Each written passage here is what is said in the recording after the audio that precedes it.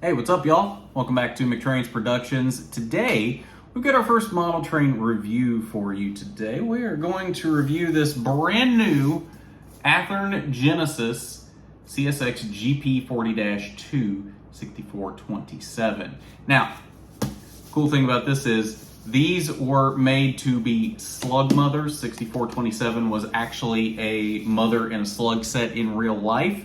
I have one of the GP30 slugs from Scale Trains. We'll lash these up together later and look at what they look like as a set. But for those that may not be aware, I did the research, and this 6427 is the only one of the Jeep40s that Athearn did that actually matches up with one of the Scale Trains slugs that were actually together in real life. I believe it's 2255 is the one I have. I don't know. I did the research a little bit ago, and this one matches up with the slug that I have. It's the only one that they did that matches up with one of the Scale Train slugs, and they were actually together in real life and were an actual slug set, and they're not just two numbers mishmashed together. So that's really cool, and we'll put those together later. But first, we're going to take a look at this GP40-2. We're going to unbox it and stick it on our programming track here. That's all I got at the moment is a programming track, but we'll be able to go through all the functions and everything and show you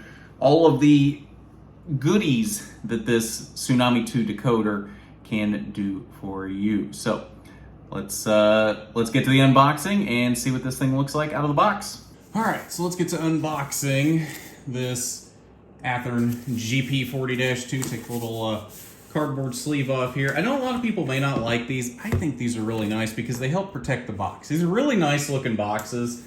And you know what? Some people don't like to keep their boxes. I do like to keep my box, especially ones like these Athearn boxes that look really nice. Like they put a lot of effort into these boxes. And I think it's worth keeping these, at least in my mind, because it's a cool part of the locomotive. All right, so inside we've got the diesel locomotive operations manual and sound guide, which we'll be referencing later when we get to the sounds. We've got got things falling out here. Oh, you can probably see the back of my head there. It's fine. Exploded parts diagram. All of the goodies that are inside this locomotive. It's got it's got two pieces to it. That seems to be the shell, maybe. There's so many pieces to this that they needed 2 pages, apparently. Your warranty info and sign up for Athearn's newsletter. All right, so on to the main goodies here. Now, you always want to check over here in this little side pocket for little extra parts that they send. It looks like we've got some, you can probably barely see them there. You get some extra lift rings, and I don't know what that is. Yeah, I can't really tell. I'm not 100% sure what that's supposed to be, but something else besides lift rings in there. Either way, all right, let's get to the locomotive here. All right, so it comes in the little plastic clamshell here as usual. Athearn does a great job of keeping these things protected. You want to slide off the outer shell there, and then it pops off like this. If I can get it to pop, there we go. There's a little piece of plastic here on top. You want to take that out. And then looks like there's one down the bottom for the fuel tank too. All right, let's get that out of the way here. And then they put some plastic here in the handrails to keep that protected. Got one on each side. All right, so I'm gonna get those out there. All right, let's take a look at, all right, so down the conductor side here. You know what? I'm just gonna hold this up closer to the camera. This may work, this may not work, but either way. All right, so we got nice little handrails here. The windows do move. They both came open on this one. I'm not going to try to move those with this pin here, but really nice blue down paint scheme, gray and blue, the early CSX scheme before they introduced YN1 with all of the yellow nose goodness. Nice little radiator detail here. Trucks look really nice. Fuel tank detail. Some nice fan detail as well here down the side. At the top here, we've got nice fans on top as well as a 5-chime horn of some sort. I'm not a horn guru by any means. I don't know horns, so somebody else may know that as well. On the back, this is where these stand out versus other Jeep 40s. You have little receptacles here for the slug set hoses, which once we get to the point where the TBER is built and these things can stay on here permanently, I'm going to look into getting correct wiring to connect this to the slug. That way, I mean, just to add that little bit of realism as well. Separately molded grab irons here. Down the rear, you got your headlight there, your number boards. We'll look at those lit up here in a moment. Got those McHenry couplers, which I'm sure I will swap out for KDs at some point. And then you got your other hoses back here, which do move. You got your air hose there as well as your MU cables. Down the engineer side, mostly the same. You do have your bell here off the roof, but otherwise everything mostly looks the same down the engineer side. Of course, these windows move as well, but they came open for me as well. And try to see in there. I think you can kind of see into the cab. They did do a pretty good job with the control stand in there, if you can kind of see that in there. I know the lighting's not super great. You got these mail slot battery boxes here as well. And then, of course, on the nose, number boards, headlights. The class lights do work as well. We will look at those. They only show up in white, so we'll take a look at that in a moment. You got your coupler cut lever here on the front. I guess didn't point that out on the back, but we do have those on both sides as well. And, of course, all your hoses and your plow up here on the front as well. Sand filler hatch up there, top of the nose as well. And then nice walkway tread as well, if you can see down in there as well. All right, so let's get this thing on to the programming track with our loc programmer, which that's all I got at the moment is a programming track with a loc programmer. So can't change anything, but we can at least go through and see the slow speed control, and we can look through all of the functions and sounds as well. So give me a sec here and we'll get the programming track set up and take a look at this thing, the sounds and the movement. All right, so let's take a look at this thing's movement and sounds. So of course, out of the box, it's gonna be programmed to 3, not the cab number or anything like that. So when you first put this thing on the track, you wanna dial up 3 to get it to do anything. And it should start the engine startup sequence as soon as I start up the loc programmer here. There we go.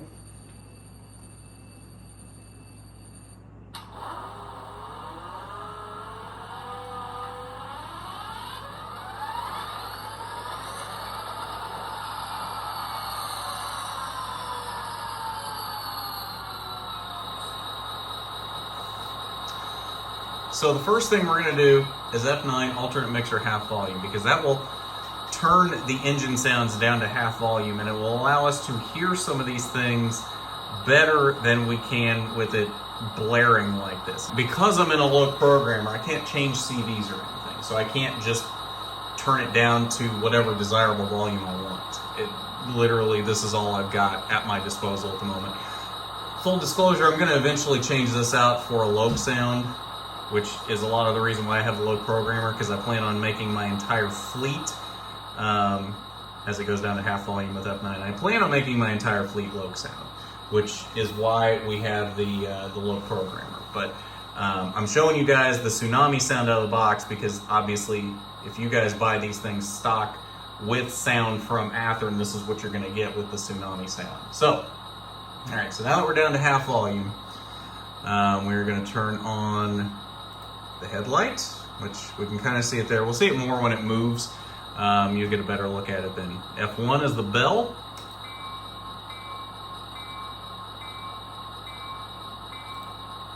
F2 is longhorn.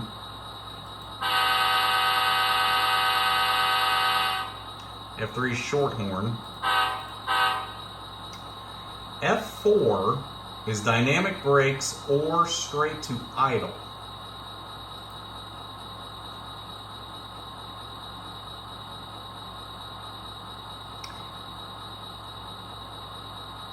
I don't hear any dynamic brake noises, but this thing clearly has dynamic brakes. It has dynamic brake fans sticking out there in the middle of the long hood. So I'm wondering if that doesn't do anything unless it's moving. We'll try that again whenever the engine's moving and see if that does anything, because on engines with dynamic brakes, it's supposed to have that.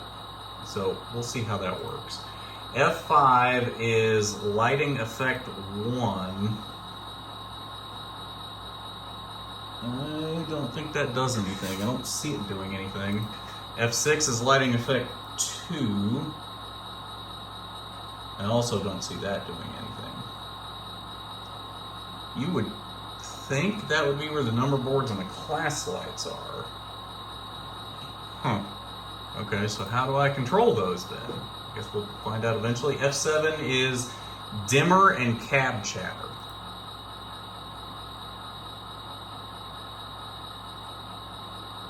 I don't hear any cab chatter, but the headlight did dim.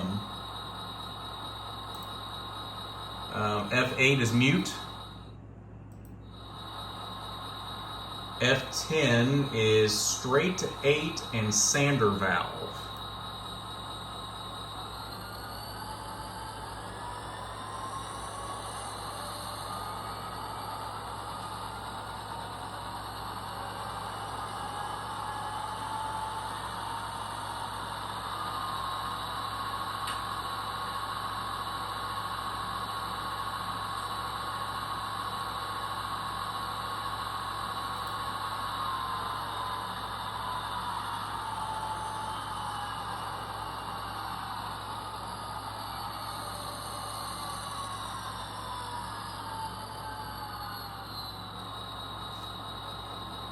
F11 is brake set / release.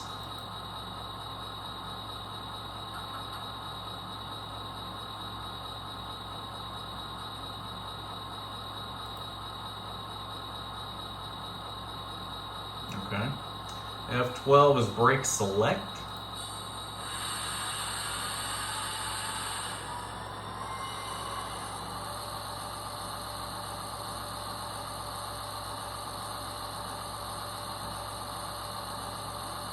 Am I wrong? I don't sound like, I don't claim to be an expert. Am I wrong? That sounds like dynamic brakes to me. So is F4 not dynamic brakes and it's actually F12? I think that's dynamic brakes.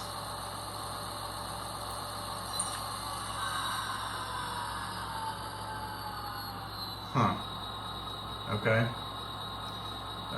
F13 is couple, uncouple.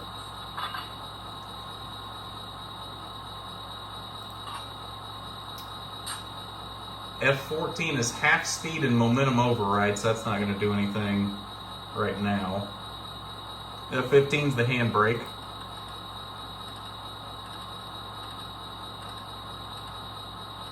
You can hear it cranking there.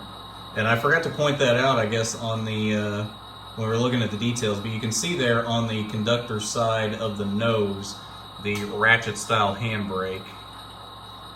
F16 is HEP mode on and off, which HEP is head-end power. I don't think this should have head-end power, should it?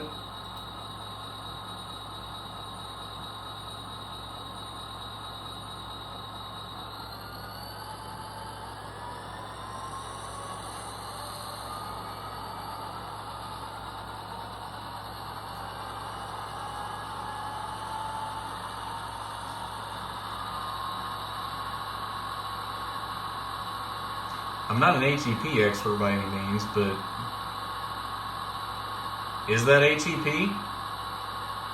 And if it is, should this have HEP? Again, that's not something I'm an expert on, but my rudimentary understanding of it was that's really only a passenger engine thing. These aren't passenger engines, at least not this particular one.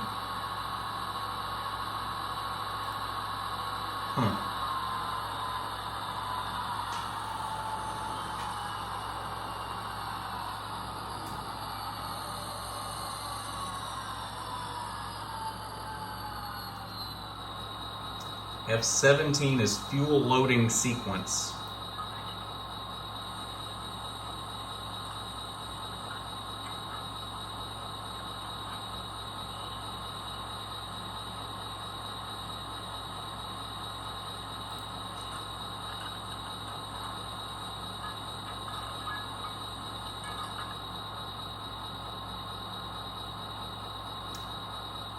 F18 is general service sequence.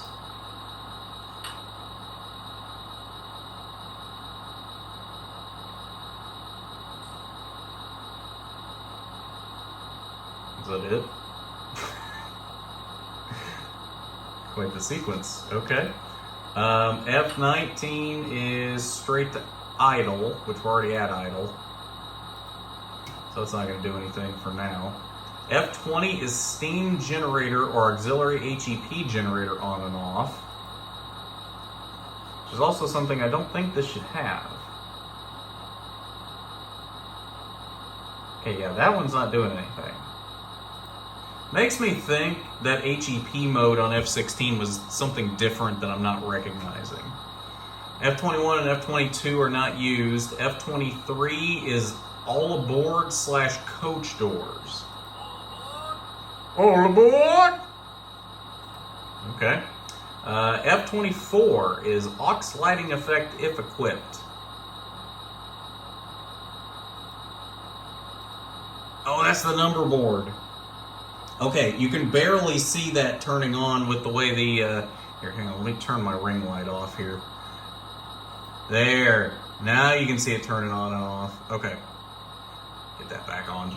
I'm going to leave that on then. F25 is another aux lighting effect if equipped. So is this going to be the marker lights? Yes, it is. Okay, and I don't know if you can tell from the angle we're at here, but that did turn the number boards and the aux lights on the rear as well. F26 is engine RPM notch up. So it should take us to notch 1.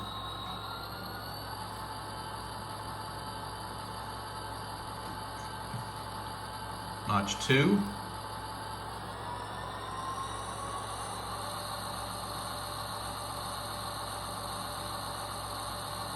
Notch 3.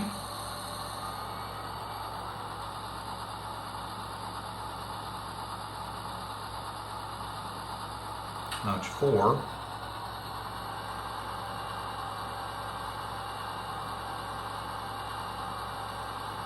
Notch 5.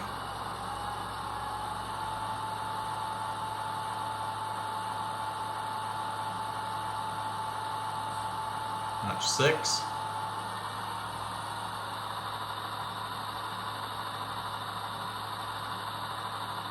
Notch 7.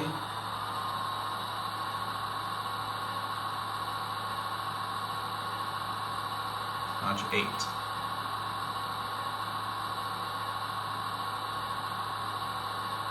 I don't hear any difference in 7 and 8. All right, and then F27 is notch down. 7, 6, 5, 4, 3, 2,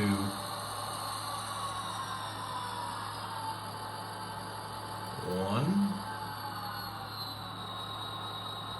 Okay, that's back to idle. So there's only 7 notches in there then. Huh, okay. And F28 is not used. Okay, so that's all your F functions on the sounds. Let's look at the speed control. Loosen up the tripod here so we can move with the engine. All right, speed step 1, in forward.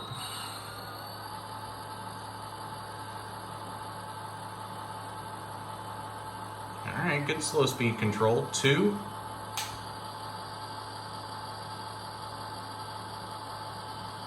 3. 4. 5. And we hit the bumper. Okay. Other direction. In reverse. Can we see the... I think we can see the marker lights and the headlight from this angle. Let's move this over just a tad. You can definitely see it from that angle. Speed step 1 in reverse.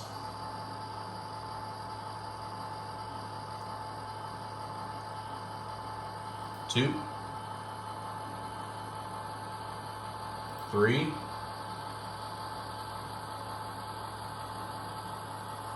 4.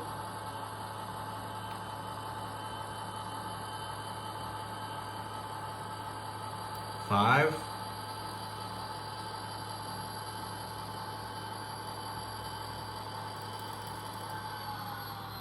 Okay. And I believe that is everything. But again, this is my first review, so I might have missed something. If there's something you guys want to see in future reviews, let me know.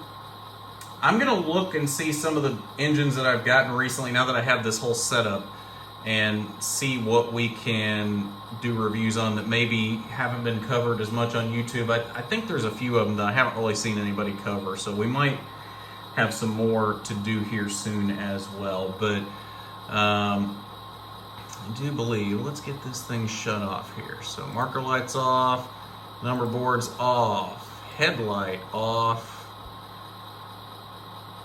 and we'll take F9 off to get it back to full volume, and mute.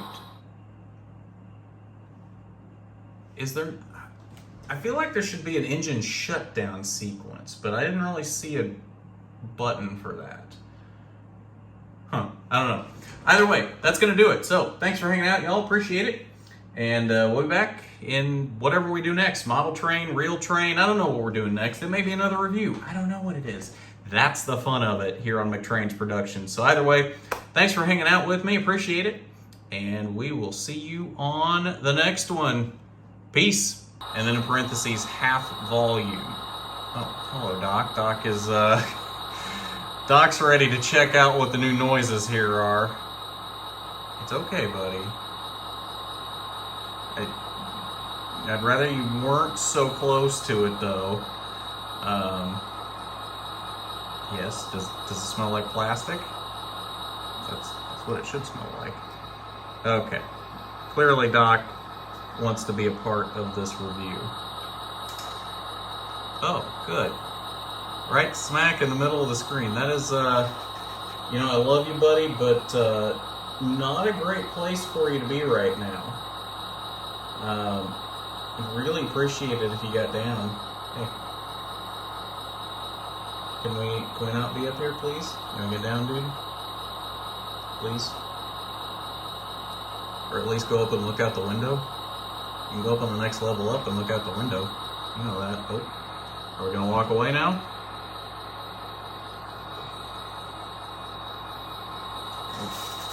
Go a little further. There you go. Over there is perfect. And because I'm in a low programmer, I can't really change. Oh, Doc.